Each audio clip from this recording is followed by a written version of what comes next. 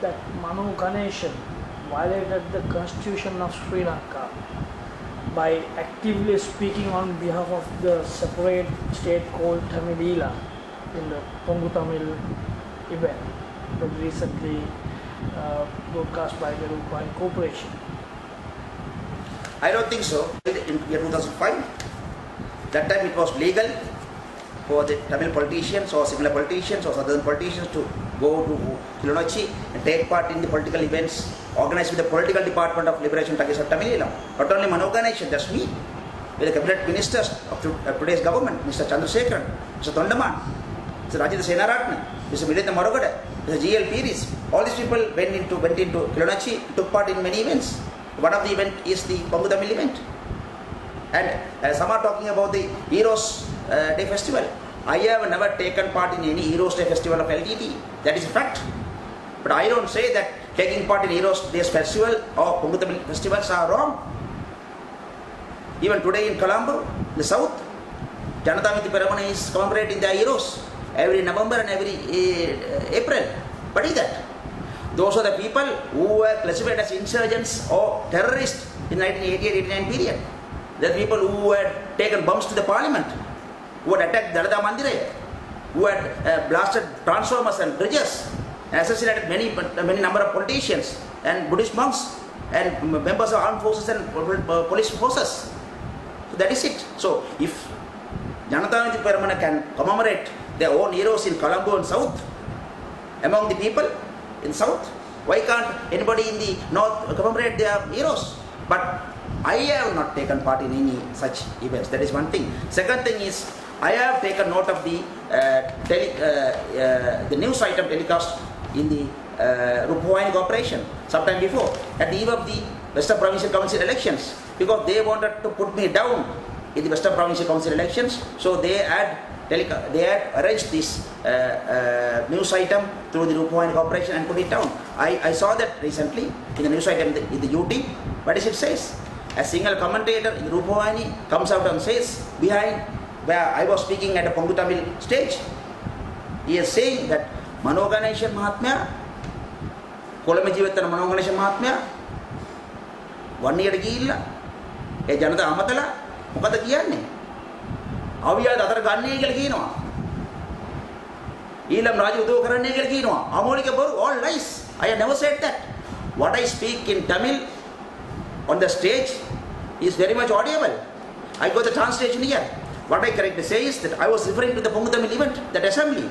I said, I believe this assembly is sending a message to the international community. That is still, we are prepared to live by unity and equality with the Sri Lankan Sinhala people. But if the Sri Lankan nation fails to embrace us, the Tamils, with unity and equality, we will have no alternative way out but seek cooperation. I believe this is the message of this assembly to the international community. What is wrong in that? What is wrong in that? That time it was a war and peace situation between LTTE and Sri Lankan government. And we were all out to bring the solution to this war. We were all out to bring a political solution. So that is what we went there. That is what I went there. I don't know how, on what grounds others went there, but I went there on this aim only. So, unless and until equality is created among the Tamil and Sinhala and Muslim communities in this island, this country, nobody can prevent separation, maybe not today, maybe tomorrow. That is the basic condition. That is what I said that. I never asked the Vanni people to carry arms or for them to support LTTE. That was not my aim. I have never been a person who ever asked people to take up arms, whether in north or south or east or west or central. I am always a democratic politician. That is my aim. But within my democratic radius, I fight, I struggle for the democratic political aspirations of the Tamil people, this country. So it is, I challenge the Sri Lankan authorities, the authorities running the Sri Lanka Rupine Corporation, for the Minister, Mr Priyadarshana Yapa, to prove, to bring evidence in front of the people, without these lies, cunning lies, criminal lies, to bring evidence from in front of people. If they can bring any evidence to the effect that I have asked people to carry arms. I bet my own head to that.